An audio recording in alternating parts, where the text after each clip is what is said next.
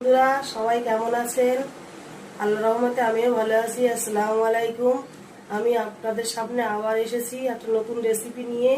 সেটা হচ্ছে চিকেন চাপ। একটু অন্য আইটেমে বানাবো, আপনারা দেখতে থাকুন। আর বেশি কিছু কথা বলছি না, এবার বাকি রান্নাটা দেখুন। বাকি রান্নাটা দেখার পরে যদি ভালো লাগে আপনারা লাইক কমেন্ট শেয়ার করবেন আর সাবস্ক্রাইব একটু করবেন। আর আমাদের পাশে সাথে থাকবেন। বন্ধুরা আমি এখানে মাংস নিয়েছি, দেখুন বড় বড় পিস, 175 গ্রাম প্রায় ওজন আছে। একটু বড় বড় পিস নিলে কি চাপটা খুব দেখতে ভালো হয় এবং মানে মানে ঘেঁচে যায় না, আস্তে আস্তেই থাকবে। আমার রান্নাটা দেখুন আস্তে আস্তেই থাকবে। এইগুলো আমি প্রথমে আমি কি করব, একটু হালকা করে বাদামি রঙের ভেজে নেব। এবার আমি সরষের তেল ঢালবো একটু বেশি মতো করে। সরষের তেলটা গরম হচ্ছে, দেখুন। হ্যালো বন্ধুরা, তেলটা দেখুন গরম হয়ে গিয়েছে। এবার আমি আস্তে আস্তে একটা একটা করে চিকেন ছাড়বো। দেখুন সবটা একসাথে দেবো না, 3 পিস করে ভেজে নিচ্ছি আমি। দেখুন 4 পিস দিলাম, ভাজতে লাগছি হালকা বাদামি রঙের। বন্ধুরা দেখুন আমি কত সুন্দর করে লাল লাল করে মুরগির মাংসটা ভেজে নিয়েছি। ভেজে নেওয়ার পরে আমি এই তেলেই, আমি আবার নতুন করে তেল দিচ্ছি না, এই তেলেই আমি পেঁয়াজ কুচিটা ঢেলে দেবো।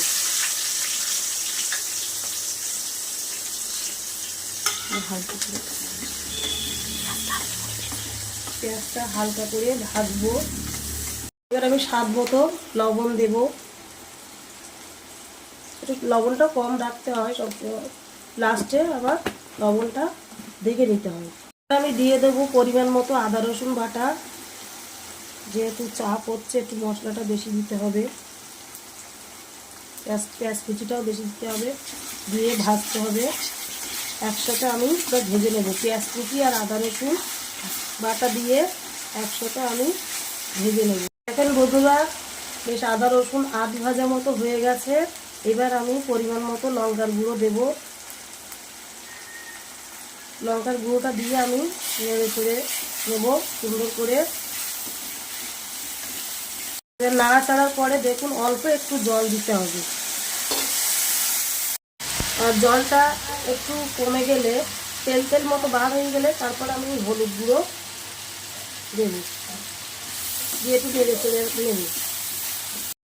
এবার নাড়াচাড়ার পরে অল্প করে আবার একটু জল দেব। বন্ধুরা দেখুন মশলাটা ভালোভাবে আমার কষানো হয়ে গেছে। দেখুন আপনারা সুন্দর একটা কালার চলে এসছে। এবার মশলাটা কষানোর পরে এবার আমি চিকেনগুলো আস্তে আস্তে কষানোর মধ্যে দিয়ে, দেখুন কত বড় বড় চিকেনের সাইজ। দেখুন এটা লেগ পিস, এই সাইজগুলো আমি দিয়ে দেব। দেওয়ার পরে ভালো করে একটু মাংসটা কষিয়ে নেব। ভালো করে কষিয়ে নেব। কষিয়ে নেওয়ার পরে এবার আমি আমার টক দইটা ফাটানো ছিল, এই টক দইটা আমি ঢেলে দেবো মাংসের উপরে।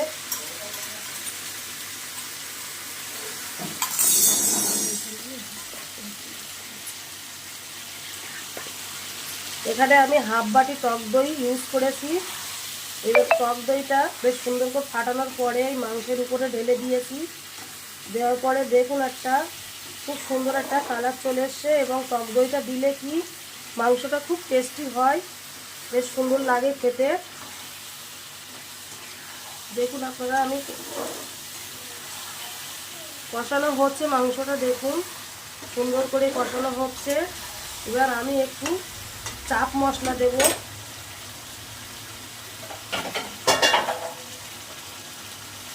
এবার আমি একটু চাপ মশলা,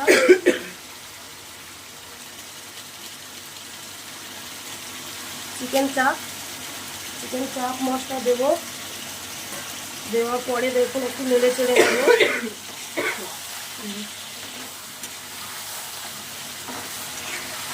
আমি দেখুন মাংসটা দই দেওয়ার পরে চিকেন চাপ মশলা দেওয়ার পরে ভালো করে কষিয়ে নিচ্ছি সুন্দর করে। দেখুন একটু লো আছে কষাতে হবে, নাইলে তলাটা লেগে যাবে। তারপরে একটু অল্প চিনি দেব আমি, একটু মিষ্টি মিষ্টি টক টক লাগবে। পরিমাণ মতো মিষ্টি দেবো, বেশি দিলে হবে না, এই পরিমাণ মতো দিতে হবে। পরিমাণ মতো দিলে কি হয়, চিনিটা দিলে একটা টেস্টটা অন্যরকম আসে এবং কালারটাও খুব সুন্দর চলে আসে। দেখুন আমি কষাচ্ছি, কষানোর পরে বেশ সুন্দর করে কষাতে হবে। কষিয়ে কষিয়ে দেখুন কষিয়েছি, কষানোর পরে এবার আমি একটু বেশ ফ্লেভারটা ভালো আসে।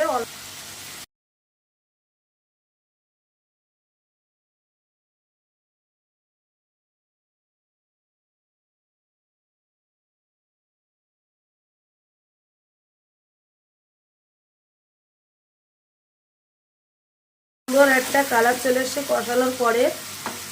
দেখুন শেষ পর্যায়ে আমরা চলে এসেছি প্রায়। এবার আমি অল্প করে জল দেব।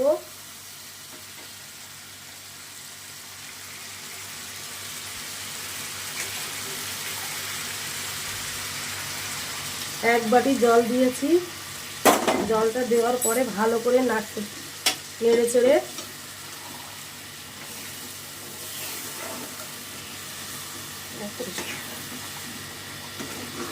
ভালো করে নাড়তে হবে জল দেওয়ার পরে।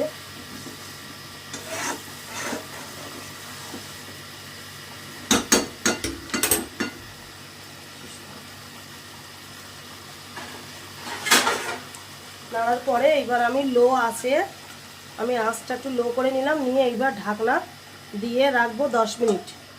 বন্ধুরা 10 মিনিট বাদে আমি আবার ফিরে এলাম। আপনার এই মাংসটা ঢাকা ছিল, এবার হালকা করি।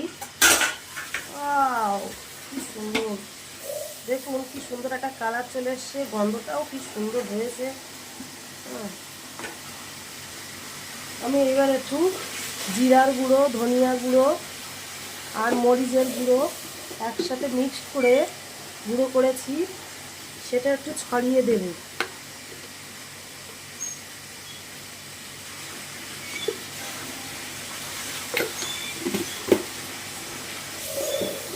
ছড়িয়ে দেওয়ার পরে এবার আমাকে একটু নাড়তে হবে।